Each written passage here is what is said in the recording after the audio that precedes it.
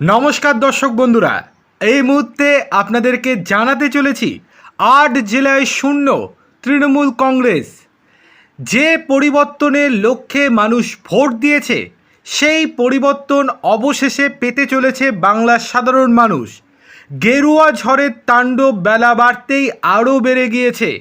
অসহায় আত্মসমর্পণের পথে তৃণমূল কংগ্রেস। পশ্চিমবঙ্গ পরিবর্তনের পথে এগিয়ে চলেছে। রাজ্যের ৮টি জেলায় এখনও পর্যন্ত খাতায় খুলতে পারেনি তৃণমূল।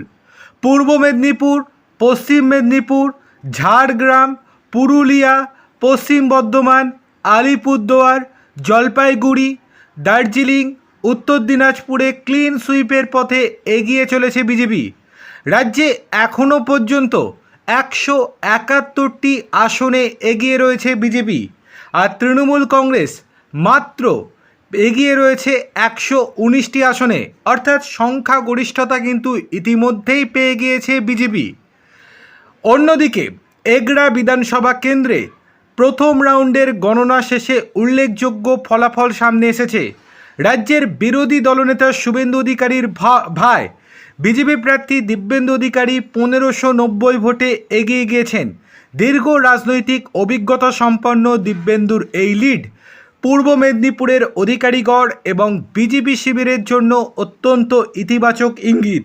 তার এগরা আসনে পদ্ম শিবিরের জনভিত্তি প্রথম দফার গণনার বেশ শক্তিশালী অবস্থানে রয়েছে। অন্যদিকে তৃতীয় রাউন্ড শেষে শিলিগুড়িতে ২০,০০০ ভোটে এগিয়ে বিজেপি প্রার্থী শঙ্কর ঘোষ। ধীরে ধীরে অন্য প্রার্থীদের পক্ষে ধরাছোঁয়ার বাইরে চলে যাচ্ছেন তিনি।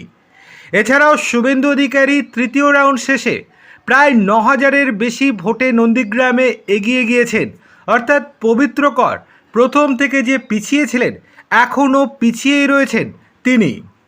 এছাড়াও আরও কয়েকটি আসনের দিকে যদি নজর রাখা যায় তাহলে কলকাতায় বেহালার পূর্ব এবং বেহালা পশ্চিম আসনে ইতিমধ্যেই অনেকটা পিছিয়ে গিয়েছে তৃণমূল।